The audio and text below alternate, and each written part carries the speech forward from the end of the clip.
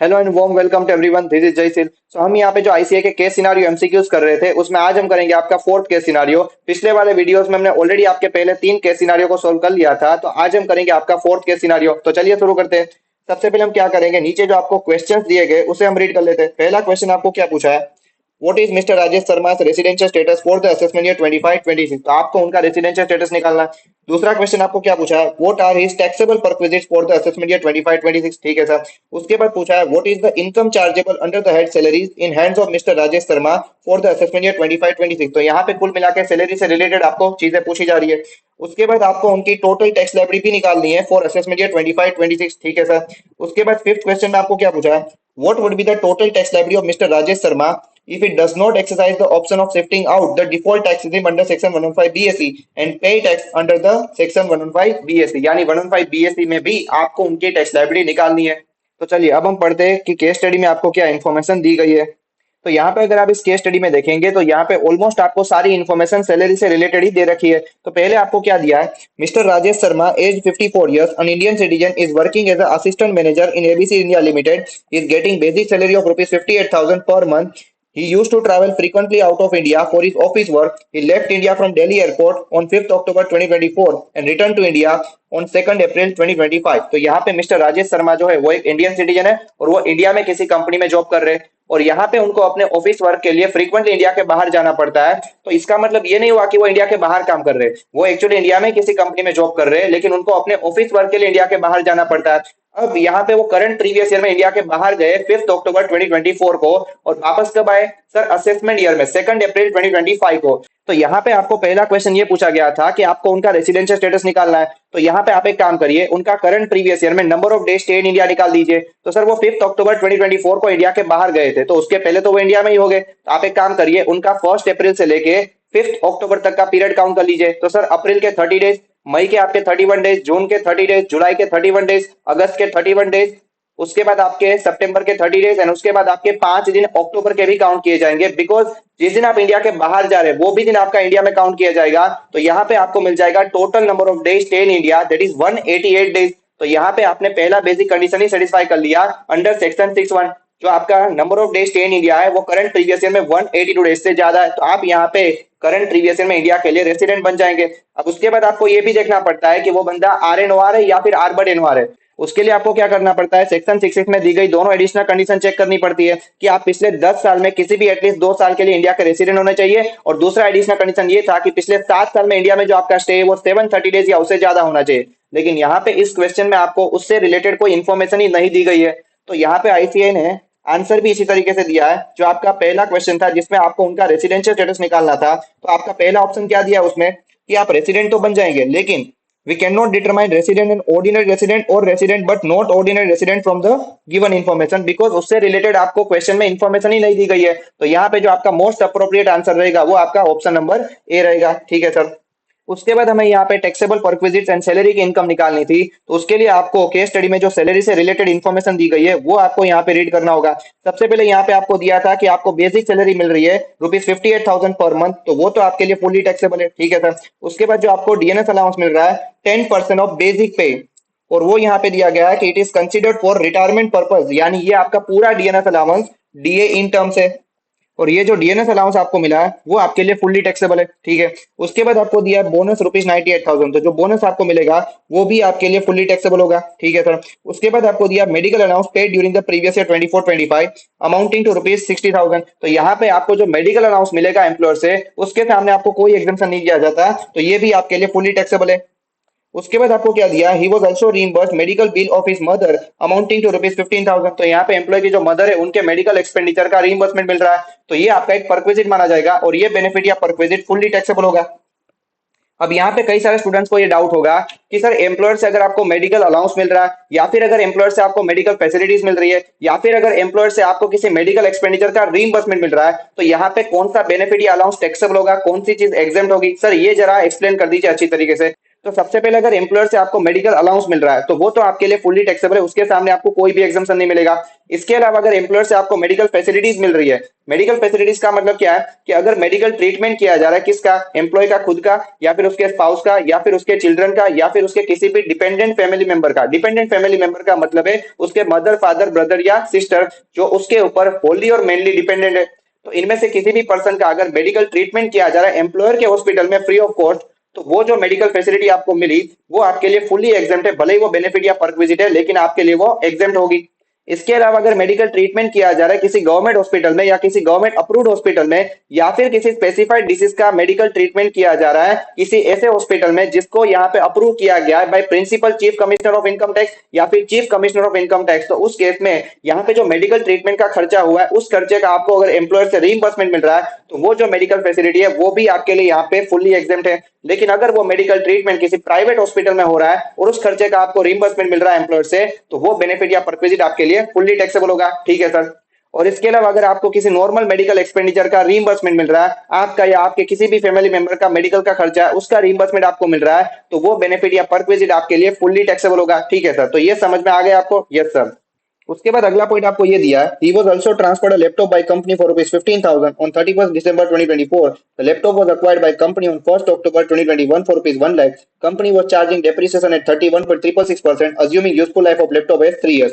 तो यहाँ पे कंपनी ने आपको एक लैपटॉप ट्रांसफर किया है, तो ये आपका ट्रांसफर ऑफ मूवेबल एसेट वाला परक्विजिट है। अब यहाँ पे इस परक्विजिट की वैल्यू कैसे निकालेंगे, तो यहाँ पे सैलरी चैप्टर में आपको क्या दिया है कि आपको यहाँ पे क्या करना होगा, ट्रांसफर की डेट पे इस असेट की डब्ल्यूडीवी क्या है वो निकालना होगा। WDV on the date of transfer निकाल दीजिए, उसमें से माइनस करिए एम्प्लॉय ने जितना अमाउंट आपको पे किया है, यानी जितना अमाउंट एम्प्लॉय से आपने रिकवर कर लिया वो माइनस कर दीजिए, तो यहाँ पे आपको टैक्सेबल वैल्यू ऑफ परक्विजिट मिल जाएगी। अब यहाँ पे सवाल ये उठता है कि इस असेट की डब्ल्यूडीवी कैसे निकालेंगे on the date of transfer. तो हम यहाँ पे क्या करेंगे, इस असेट की जो वैल्यू आपको दे रखी है उसे डेप्रिशिएट कर दीजिए। डेप्रिसिएशन कौन से रेट से चार्ज करेंगे, ये जो रेट आपको क्वेश्चन में दिया उस रेट से, आंसर इज नो। इस परक्विजिट की वैल्यू को निकालने के लिए यहाँ पे आपको स्पेसिफिक डेप्रिसिएशन का रेट दिया जाता है। वहां पे आपको क्या लिखा है, आपको डेप्रिसिएशन चार्ज करना है कंप्यूटर एंड इलेक्ट्रॉनिक आइटम्स पे 50% के रेट से। एग्जैक्टली वहां पे ये लिखा है कि डेप्रिसिएशन चार्ज किया जाएगा at the rate 50% on WDV for each completed year of usage from the date of acquisition till the date of transfer. यानी यहाँ पे आपको डेप्रिसिएशन मिलेगा 50% की रेट से by using the WDV method, और यहाँ पे जितने आपके नंबर ऑफ कंप्लीटेड ईयर्स है उतने ईयर्स के लिए डेप्रिसिएशन आपको दिया जाएगा। इसके अलावा यहाँ पे आपके हर एक साल का जो पीरियड काउंट होगा वो कैलेंडर मंथ के पीरियड के हिसाब से या फाइनेंशियल ईयर के पीरियड के हिसाब से काउंट नहीं किया जाएगा। यहाँ पे आपको एक्चुअल नंबर ऑफ ईयर्स निकालने होंगे from the date of acquisition till the date of transfer. इन दोनों डेट के बीच में जितनी बार आपके एक्चुअल 12 मंथ्स का पीरियड कंप्लीट हो रहा है उतने ही आपके actual number of completed years माने जाएंगे और उतने ईयर्स के लिए ही आपको डेप्रिसिएशन दिया जाएगा। अब सर यहाँ पे इस वैल्यू ऑफ परक्विजिट को कैसे निकालेंगे, तो चलिए इसके लिए मैंने जो वर्किंग नोट दिया उस पे हम चलते हैं। तो यहाँ पे आपको असेट ट्रांसफर की गई थी 31 दिसंबर 2024 को, तो वो आपकी ट्रांसफर की डेट है, तो उस दिन की आपको डब्ल्यूडीवी यहाँ पे निकालनी है। तो वो डब्ल्यूडीवी यहाँ पे कैसे निकालेंगे, तो सबसे पहले आप एक काम करिए, उस लैपटॉप की एक्चुअल कॉस्ट ले लीजिए टू एम्प्लॉयर। एम्प्लॉयर ने वो असेट कितनी प्राइस पे परचेज की थी वो यहाँ पे आपको दी गई है रुपीज 1 लाख। उसमें से माइनस करिए आप depreciation at the rate 50% for every completed year of usage from the date of acquisition till the date of transfer. तो यहाँ पे एम्प्लॉयर ने असेट परचेज की थी 1 अक्टूबर 21 को, तो उस दिन से आप डेप्रिसिएशन चालू करिए। तो पहले साल का पीरियड होगा आपका 1 अक्टूबर 21 से लेके 30 सितंबर 22, तो यहाँ पे डेप्रिसिएशन आपको 50% की रेट से मिलेगा रुपीज 50,000, तो डब्ल्यूडीवी आपको मिल जाएगी रुपीज 50,000 ऑन 1 अक्टूबर 22। उसके बाद अगले साल का पीरियड क्या होगा, 1 अक्टूबर 22 से लेके 30 सितंबर 23, उसमें भी डेप्रिसिएशन माइनस कर दीजिए 50% की रेट से, वो यहाँ पे आपको मिलेगा रुपीज 25,000। तो अगला डब्ल्यूडीवी आपको मिलेगा रुपीज 25,000 ऑन 1 अक्टूबर 23। उसके बाद एक और साल यहाँ पे आपका रहेगा 1 अक्टूबर 23 से लेके 30 सितंबर 24, उसमें भी डेप्रिसिएशन माइनस कर दीजिए 50% की रेट से, वो मिलेगा आपको रुपीज 12,500। तो यहाँ पे आपको डब्ल्यूडीवी मिल जाएगी 1 अक्टूबर 24 को, दैट इज रुपीज 12,500। अब यहाँ पे इसके बाद क्या कोई डेप्रिसिएशन माइनस होगा, सर आप ये देखिए कि 1 अक्टूबर 24 के बाद क्या कोई 12 मंथ्स का पीरियड कंप्लीट हो रहा है till the date of transfer. आपको असेट ट्रांसफर की गई है कंपनी द्वारा 31 दिसंबर 24 को, तो यहाँ पे सर 12 मंथ्स का पीरियड कंप्लीट नहीं हो रहा है आफ्टर 1 अक्टूबर 24, तो इसके बाद कोई डेप्रिसिएशन हम माइनस नहीं करेंगे। तो ये जो डब्ल्यूडीवी आपको मिला 1 अक्टूबर 24 को, दैट इज रुपीज 12,500, यही आपका डब्ल्यूडीवी रहेगा 31 दिसंबर 24 का भी। तो यहाँ पे आपकी परक्विजिट वैल्यू क्या रहेगी, सर हमें डब्ल्यूडीवी मिला 12,500 और यहाँ पे एम्प्लॉय से कितना अमाउंट आपने रिकवर कर लिया, सर रुपीज 15,000, तो सर ये अमाउंट आपका नेगेटिव हो जाएगा, तो यहाँ पे आपकी कोई भी परक्विजिट वैल्यू टैक्सेबल नहीं की जाएगी, तो ये वैल्यू आपकी निल रहेगी। ठीक है सर। उसके बाद आगे आपको केस स्टडी में क्या दिया है, आगे यहाँ पे आपको ये दिया है, ही was also reimburse salary of house servant of ₹4,000 per month. तो यहाँ पे एम्प्लॉय के खुद के घर का जो सर्वेंट है उसके सैलरी खर्चे का एम्प्लॉयर से रीइंबर्समेंट मिल रहा है, तो ये आपका एक बेनिफिट या परक्विजिट माना जाएगा और ये भी आपके लिए फुल्ली टैक्सेबल है। ठीक है सर। उसके बाद आगे आपको क्या दिया है, professional tax paid by employer amounting to ₹2,400। आपके एम्प्लॉयर ने आपके बिहाफ पे प्रोफेशनल टैक्स पे कर दिया, तो ये भी आपके लिए परक्विजिट है, ये भी आपके लिए फुल्ली टैक्सेबल होगा। ठीक है सर। उसके बाद क्या दिया है, 400 equity shares allotted by ABC India Limited at the rate of ₹250 per share against fair market value of share of ₹350 on the date of exercise of option। तो यहाँ पे ESOP की बात हो रही है, that is employ stock option plan. तो इस केस में आपकी कितनी परक्विजिट वैल्यू टैक्सेबल की जाती है सर, जितना आपको बेनिफिट मिल रहा है। आप क्या करेंगे, आप एक काम करिए, जो इक्विटी शेयर आपको इश्यू किए गए उसकी फेयर मार्केट वैल्यू क्या चल रही है सर, ₹350। आपको कितनी प्राइस पे मिल रही है सर, ₹250। तो यहाँ पे ₹100 का आपको बेनिफिट मिल रहा है पर शेयर। तो आपको यहाँ पे 400 शेयर इश्यू किए गए, तो उसको मल्टीप्लाई कर दीजिए 100, तो यहाँ पे आपकी परक्विजिट वैल्यू रहेगी ₹40,000, तो वो आपकी टैक्सेबल की जाएगी। ठीक है सर।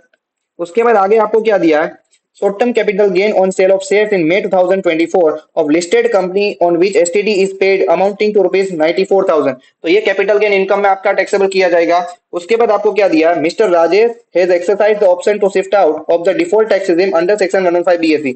यानी आपको नॉर्मल टैक्स रेजिम में उनकी total income and tax liability निकालनी है। नीचे आपको जो क्वेश्चन नंबर 3 एंड 4 आपको आई थिंक पूछा गया था, उसमें आपको उनकी सैलरी इनकम निकालनी थी और टोटल टैक्स लायबिलिटी निकालनी थी। तो यहाँ पे आपको नॉर्मल टैक्स रेजिम में उनकी सैलरी इनकम निकालनी है एंड टोटल इनकम निकालनी है, और टैक्स लायबिलिटी भी आपको नॉर्मल टैक्स रेजिम में निकालनी है। ठीक है सर। तो अब सर यहाँ पे ये salary income and total tax liability कैसे निकालेंगे, तो सबसे पहले आप एक काम करिए, इनकी टोटल इनकम निकाल दीजिए। टोटल इनकम में सबसे पहले इनकी इनकम फ्रॉम सैलरी क्या रहेगी, सबसे पहले जो आपको बेसिक सैलरी मिल रही है 58,000 पर मंथ, उसको मल्टीप्लाई करिए 12 मंथ से, तो यहाँ पे पूरे साल की बेसिक सैलरी आपको मिल जाएगी ₹6,96,000। ठीक है। इसके अलावा जो आपको डीएनएस अलाउंस मिल रहा है वो आपका 10% ऑफ बेसिक सैलरी दिया गया था, तो वो यहाँ पे आपको मिलेगा 69,600, वो टैक्सेबल कर दीजिए। इसके अलावा यहाँ पे जो आपको बोनस मिला था ₹98,000, वो भी आपका फुल्ली टैक्सेबल है, वो ले लीजिए। इसके अलावा यहाँ पे जो आपको मेडिकल अलाउंस मिला था वो भी आपका टैक्सेबल कर दीजिए ₹60,000। इसके अलावा कौन कौन से परक्विजिट आपके यहाँ पे टैक्सेबल किए जाएंगे, तो सबसे पहले यहाँ पे जो आपको मेडिकल बिल का रीइंबर्समेंट मिल रहा है ₹15,000, वो आपका टैक्सेबल कर दीजिए। इसके अलावा आपके हाउस सर्वेंट की सैलरी खर्चे का रीइंबर्समेंट आपको मिला था, वो भी आपका फुल्ली टैक्सेबल किया जाएगा, वो यहाँ पे पूरे साल का आपको मिला था ₹48,000। इसके अलावा यहाँ पे लैपटॉप की परक्विजिट वैल्यू आपको क्या मिली थी सर, 0, तो यहाँ पे उसकी कोई भी वैल्यू टैक्सेबल नहीं होगी। ठीक है। इसके अलावा यहाँ पे एम्प्लॉयर ने आपके बिहाफ पे प्रोफेशनल टैक्स पे किया था ₹2,400, तो वो भी आपका एज अ बेनिफिट या परक्विजिट की तरह टैक्सेबल किया जाएगा। ठीक है। इसके अलावा यहाँ पे जो आपका इसोप यानी इक्विटी शेयर आपको कंसेशनल रेट पे इश्यू किए गए थे, उसमें परक्विजिट वैल्यू आपको मिली थी ₹40,000, तो वो भी आपकी टैक्सेबल कर दीजिए। उसके बाद यहाँ पे आपको ग्रोस सैलरी मिल जाएगी, दैट इज ₹10,29,000। अब इसमें से यहाँ पे आपको कितने डिडक्शन दिए जाएंगे, सबसे पहले यहाँ पे आपको एक स्टैंडर्ड डिडक्शन दिया जाएगा under section 16(1)(a)। Normal taxes में आपको स्टैंडर्ड डिडक्शन दिया जाता है सैलरी हेड पे ₹50,000 का, तो वो आप ले लीजिए। इसके अलावा जो प्रोफेशनल टैक्स आपके एम्प्लॉयर ने पे किया उसका डिडक्शन भी आपको दिया जाएगा under section 16 close number 3, that is 2,400।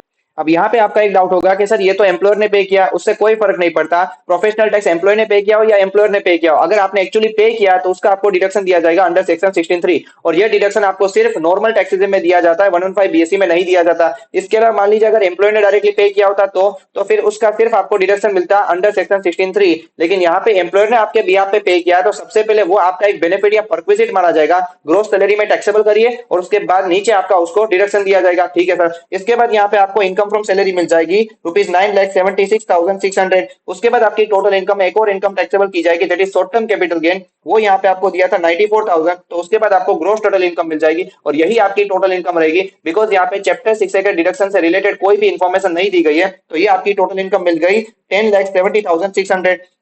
उसके बाद आप एक काम करिए, इसकी टोटल इनकम पे टैक्स लायबिलिटी निकाल दीजिए। टैक्स लायबिलिटी निकालने के लिए क्या करेंगे, सबसे पहले जो आपकी नॉर्मल इनकम है जिसपे कोई भी स्पेशल रेट नहीं दिया गया उस पे आपका जनरल टैक्स रेट लगेगा, तो यहाँ पे जो आपकी सैलरी इनकम है उस पे आपका स्लैब रेट लगेगा। अब यहाँ पे कौन सा स्लैब रेट लगेगा सर, ये एक रेसिडेंट इंडिविजुअल है जिनकी एज 54 ईयर्स है, दैट इज 60 ईयर्स से कम है, तो यहाँ पे आपका स्लैब रेट लगेगा 2.5 लाख वाला। तो 2.5 लाख तक आपको बेसिक एग्जम्पशन दिया जाएगा, 2.5 लाख से 5 लाख तक की इनकम पे आपका 5% की रेट से टैक्स लगेगा, दैट इज 12,500। उसके बाद 5 लाख से 10 लाख तक की इनकम पे आपका 20% की रेट से टैक्स लगता है, लेकिन यहाँ पे आपकी सैलरी इनकम है 9,76,600, तो उस इनकम तक आप टैक्स लगाइए 20% की रेट से, तो यहाँ पे आपको टैक्स मिलेगा 95,320। तो यहाँ पे सैलरी इनकम पे आपको टैक्स मिल गया 1,07,820 रुपीज। इसके बाद जो आपका शॉर्ट टर्म कैपिटल गेन है from sale of listed equity shares, जिसपे आपने सेल के टाइम एसटीडी पे किया, तो ये शॉर्ट टर्म कैपिटल गेन आपका टैक्सेबल किया जाएगा अंडर सेक्शन 111A। अब यहाँ पे कौन सा टैक्स रेट लगेगा, तो कैपिटल गेन के टैक्स रेट के लिए खास करके यहाँ पे आपको ट्रांसफर की डेट देखनी होगी, बिकॉज उसी के बेस पे आपको ये मालूम होगा कि पुराना टैक्स रेट लगेगा या न्यू टैक्स रेट लगेगा। अब यहाँ पे क्वेश्चन में आपको क्या बोला गया था, इन्होंने इस कंपनी के शेयर बेचे थे मई 2024 में, तो यहाँ पे 23 जुलाई से पहले आपने कैपिटल असेट ट्रांसफर किए, तो यहाँ पे आपका पुराना टैक्स रेट लगेगा। 111A में कौन सा टैक्स रेट, पुराना टैक्स रेट था 15%, तो 15% के रेट से टैक्स लगाइए, वो आपको मिलेगा 14,100। तो यहाँ पे आपको टोटल टैक्स का अमाउंट मिल गया, दैट इज 1,21,920 रुपीज। उसमें आप एक काम करेंगे, हेल्थ एंड एजुकेशन से ऐड कर दीजिए 4% के रेट से, दैट इज 4,877 रुपीज। तो यहाँ पे आपको टैक्स लाइबिलिटी मिल जाएगी 1,26,797। उसको आप राउंड ऑफ कर दीजिए नियरेस्ट रुपीज 10 में, तो यहाँ पे आपको राउंडेड ऑफ टैक्स लाइबिलिटी मिल जाएगी 1,26,800 रुपीज। तो यहाँ पे आपको थर्ड एंड फोर्थ क्वेश्चन का आंसर मिल गया। थर्ड क्वेश्चन आपको पूछा गया था सैलरी इनकम निकालने को, सैलरी इनकम आपको मिली थी 9,76,600। उसके बाद सेकंड क्वेश्चन आपका बाकी था, उसमें आपको निकालना था टैक्सेबल परक्विजिट। अब सर टैक्सेबल परक्विजिट की वैल्यू हमें क्या मिली थी, तो उसके लिए आपको क्या करना होगा, कौन कौन से परक्विजिट आपके टैक्सेबल किए गए थे। सर यहाँ पे एक तो आपका मेडिकल बिल था, उसकी वैल्यू 15,000। इसके अलावा जो आपके हाउस सर्वेंट की सैलरी का रिइंबर्समेंट मिला था, उसकी वैल्यू 48,000। इसके अलावा जो आपके लैपटॉप की वैल्यू थी वो तो नील थी। इसके अलावा जो आपके प्रोफेशनल टैक्स आपके एम्प्लॉयर ने पे किया था वो था 2,400 रुपीज। और इसके अलावा जो आपकी इसॉप की वैल्यू थी वो आपको मिली थी 40,000। तो यहाँ पे आपको टोटल परक्विजिट वैल्यू मिली है 1,05,400, दैट इज आपका ऑप्शन नंबर सी। उसके बाद आपको टोटल टैक्स लाइबिलिटी निकालनी थी क्वेश्चन नंबर 4 में, तो वो हमें यहाँ पे मिली है 1,26,800, दैट इज आपका ऑप्शन नंबर ए। ठीक है सर। उसके बाद हमें क्वेश्चन नंबर 5 में क्या पूछा था, यहाँ पे आपको क्वेश्चन नंबर 5 में उनकी टोटल टैक्स लायबिलिटी निकालनी है 115 बीएसई में। अगर उन्होंने डिफॉल्ट टैक्सेस में से ऑप्ट आउट नहीं किया, यानी 115 बीएसई ऑप्ट किया है, तो उस केस में उनकी टोटल टैक्स लायबिलिटी क्या रहेगी। तो यहाँ पे सबसे पहले क्या करना होगा, आपको 115 बीएसई में उनकी टोटल इनकम निकालनी होगी। क्यों, क्योंकि यहाँ पे कुछ चेंजेस होगा। जो आपकी सैलरी इनकम निकाली जाएगी उसमें आपको एक जो प्रोफेशनल टैक्स का डिडक्शन दिया जाता है, वो मैंने अभी आपको बताया 115 बीएसई में नहीं दिया जाता। तो जो सैलरी इनकम आपने निकाली थी नॉर्मल टैक्सेस में, वो यहाँ पे हमें मिली थी ₹9,76,600। उसमें जो आपको प्रोफेशनल टैक्स का डिडक्शन दिया गया था वो यहाँ पे आपको नहीं मिलेगा, तो वो वापस से आप एड बैक कर दीजिए, दैट इज ₹2,400। और इसके अलावा अगर आपने 115 बीएसई लिया है तो उस केस में आपको स्टैंडर्ड डिडक्शन दिया जाता है अंडर द हेड सैलरी ₹75,000 का। अब यहाँ पे हमने जो नॉर्मल टैक्सेस में सैलरी इनकम निकाली थी उसमें हमने ऑलरेडी 50,000 का स्टैंडर्ड डिडक्शन ले लिया, तो यहाँ पे एडिशनल आपको स्टैंडर्ड डिडक्शन दिया जाएगा ₹25,000 का, तो वो यहाँ पे आप माइनस कर दीजिए। तो यहाँ पे आपको इनकम फ्रॉम सैलरी मिल जाएगी अंडर सेक्शन 115 बीएसई ₹9,54,000। और इसके अलावा जो आपकी कैपिटल गेन इनकम थी वो यहाँ पे दी गई थी 94,000, तो यहाँ पे आपकी टोटल इनकम रहेगी ₹10,48,000। अब इस टोटल इनकम पे आप 115 बीएसई के हिसाब से टैक्स लायबिलिटी निकाल दीजिए। 115 बीएसई में आपको जो सैलरी इनकम रहेगी उस पे आपका स्लैब रेट क्या रहेगा, सर 3 लाख वाला स्लैब रेट लगेगा। 3 लाख तक आपको बेसिक एग्जम्पशन दिया जाता है। 3 लाख से 7 लाख तक इनकम पे आपका 5% के रेट से टैक्स लगेगा, दैट इज 20,000।